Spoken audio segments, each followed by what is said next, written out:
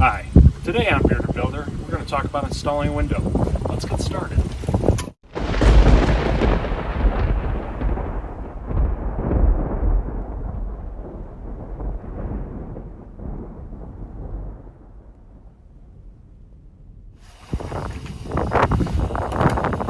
Today we're going to install this vinyl double hung window. So first things we want to talk about, got this nice weather barrier out here. That's going to be what keeps the water from rotting out the wood that's beneath it. So when we get these prepped, we like to cut the bottom flush, we like to cut the top flush, and we fold this little tab up. We get that out of the way. We're not really sure if we should wrap the sides or not, but we do it anyway because it makes us feel good. And then we're going to get ready to do our pan. So we use zip tape to do our pan, and then we're going to actually use their flex wrap, which is really flexible, to span these corners so that we have no water intrusion in the corners. After that, we'll put some shims in the sill. We'll set the window so we've got a nice insulation gap for some low expansion foam around the whole thing. We'll nail off the window, and then we'll tape the exterior. All right, so we're going to install this pan now. We're using some zip system flashing tape. This is the 9-inch stuff, so that way, especially on like a 2x6 wall, because it's a lot wider, allows us to get further on the sill here. So, a little tip as far as getting it how wide of a piece, I'm probably easier to show up here, to do. Normally we like to lap up about a foot on either side here. So if you just hold it out about a foot on either side, that's about as wide as, it's just easier than like putting it in here and trying to measure. So we do that, need about this much. Cut a nice jagged line so it drives you nuts later. And then putting the stuff in is kind of a pain in the butt. Sometimes it's easier with two people, if you can convince the boss that it's a two-man job. And if you're lucky enough, the paper will start to tear, drive you nuts later. Sinking! Not too good. So, Yep, so there's the paper tear we're talking about. So then we take a guess as to our foot mark, which is, see, this is the nightmare I'm talking about. This is the nightmare we live every day on a windy day. the wind is Adam's favorite. Oh my gosh.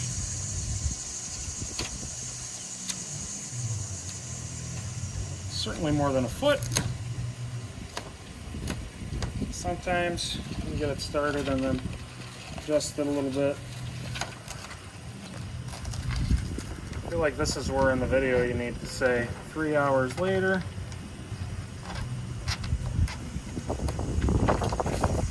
The nice thing is zip system flashing tape is pressure activated, not heat activated. So sometimes if you don't press on it too hard, you just kind of like tack it into place. You can fiddle with it, get it exactly where you want. We'll be back after a message from these sponsors.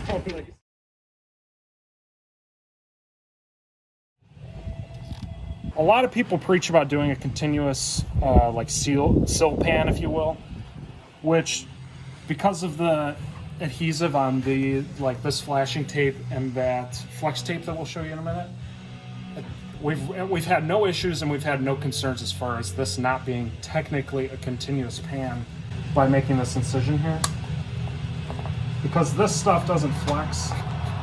So to get this to wrap around a corner, you just pull a taunt, make a puncture, and cut it straight out. And then you just do the same thing where you peel this paper that is of low quality seemingly and wrap it around the side. So we just recently started using the zip system, and it says all over the tape that you're supposed to roll the tape. We don't have the roller yet because the Bearded Builder. So we like to spank the tape. So give it a good spanking. That's going to activate that pressure sensitive adhesive. Rub it around, get it nice in your corners, spank the sill. then we can put on our flex wrap around the corners.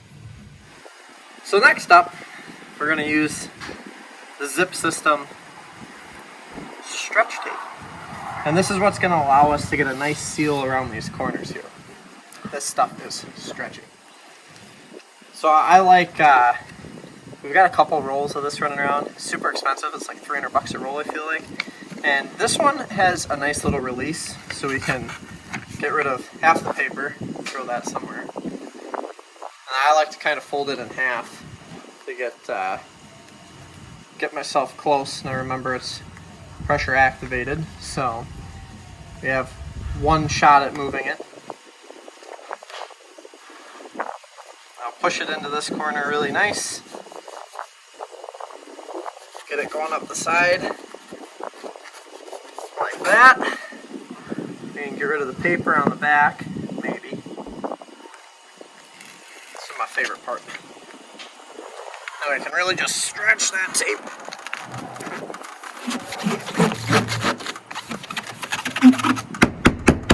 Give her a couple spankings, and we're good to go. So we've always been trying to like up our game and do things a little bit better. And a technique that we saw is to actually run some sealant around this edge except for the bottom, so that if we get any water behind the flange, that'll keep it from coming inside. I really like this Ultima. It's pretty awesome stuff. A little bit expensive, but it's pretty cool. So we're just gonna run a bead of that. A big behind the neck maneuver.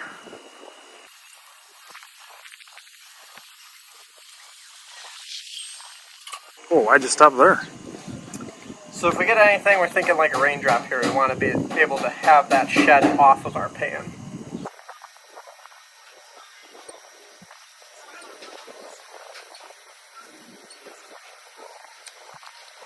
And there we have it. Let's pop this thing in.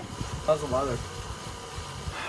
Windy. Kind of want to close this addition up. It's not ideal out here. Oh, and look at that. We're back. So now we're going to pop the window in place.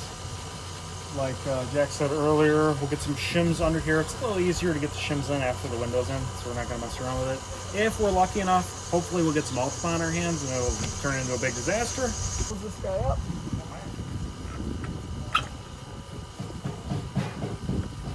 So this has become one of my favorite window installing tools, the DeWalt cordless roofing gun. So Adam's inside, I'll be able to kind of push this where I need it, and he'll be able to tell me what we need, and he'll level everything from the inside.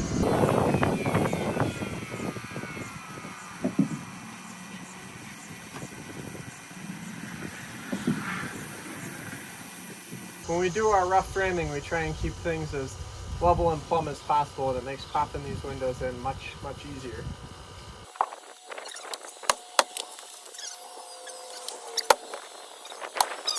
So something you'll want to look for when you're doing taller vinyl windows is sometimes this outside will have a little bit of a bow in it. If you see that, what we like to do is I like to have Adam hold his hands above and below and kind of pull it to the level or the straight edge to get the bow out of it, and then I'll tack one right in the middle, and then we'll fill in the rest of the nails around the whole thing.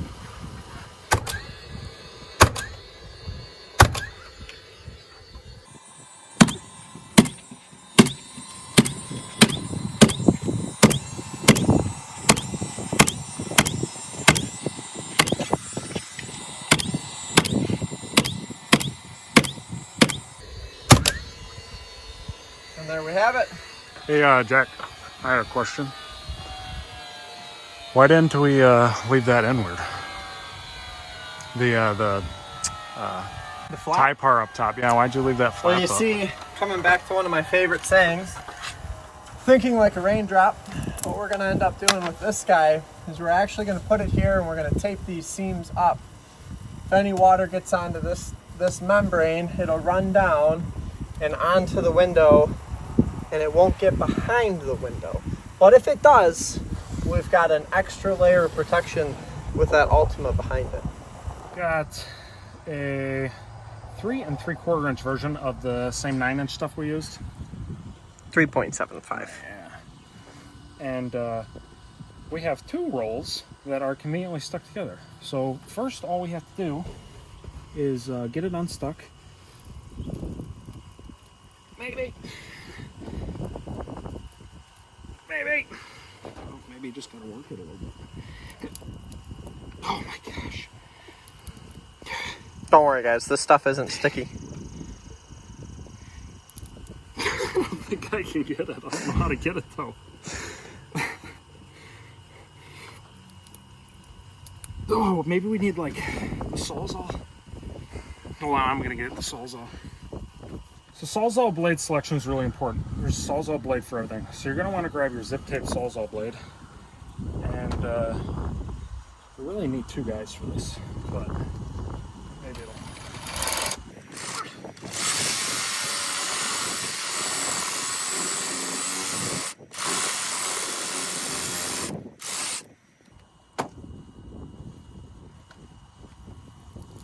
Oh, see? It's that zip tape Sawzall blade. Do it every time. Okay. So one of the reasons that we wanted to make the switch to the zip tape, we did that this winter actually when it was kind of cold outside. The biggest issue we have with a lot of the window tapes that are out on the market is that they have like a foil or a paper backing to them. Zip tape does not, and it was a lot easier for us to work with. And this stuff is just beyond sticky, if we haven't proved that point yet. So taping up the window, we're going to start at the bottom. Then we're going to tape up onto the flange. And remember, it's pressure activated.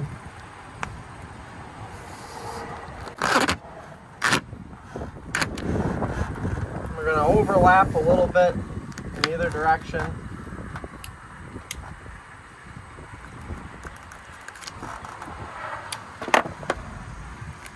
See if I can't get that wrinkle out. There we go.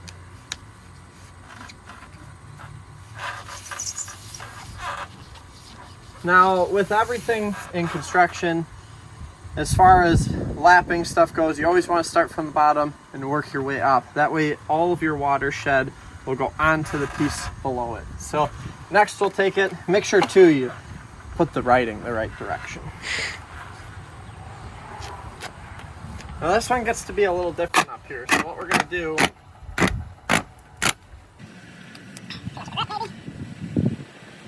make sure to cover those nail holes.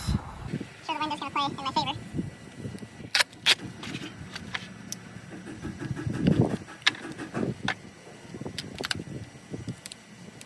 There's our vertical piece. Guess we can resume now. Hmm. Sinking now.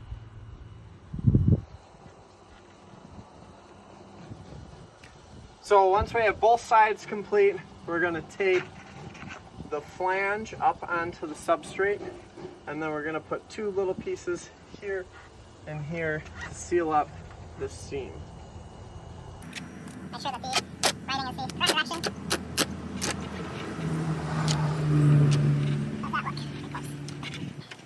How's that look? Pretty close. I'm gonna try to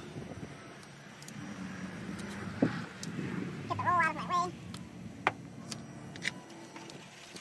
So that maybe... Certainly easier with that flat tacked up. Leave that, but we did tear that down for production value.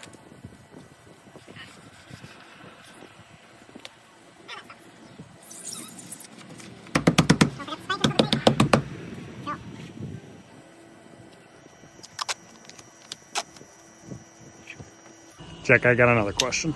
What's that? Do you guys do a drip cap on top of your window? That's a good question. So it depends on the window. Typically on single unit windows, like the one that we are currently working on, we don't worry about the drip cap, and that's because the vinyl is all seamless. However, on a double hung window, or a double mold window rather, we do like to put a drip cap on them, and that is because where they are molded together in the center of the window. So if this window was say 6 feet wide, and it was 2 3-foot double hungs. Here in the center where the windows connect, there's usually a void space that goes directly inside. In that case, we would like to put a drip cap on it to seal that up and really make sure that we keep that water away from that void space. Good to know.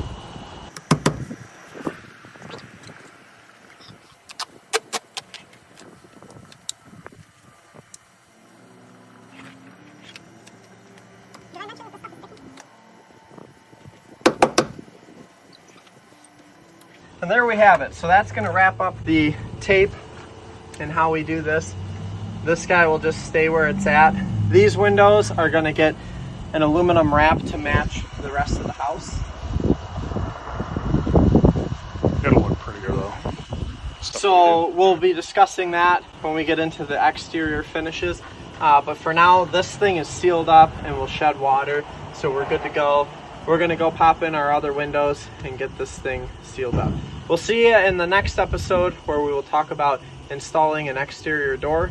Make sure you guys like, comment, and subscribe down below if you enjoy this content. And have a safe day.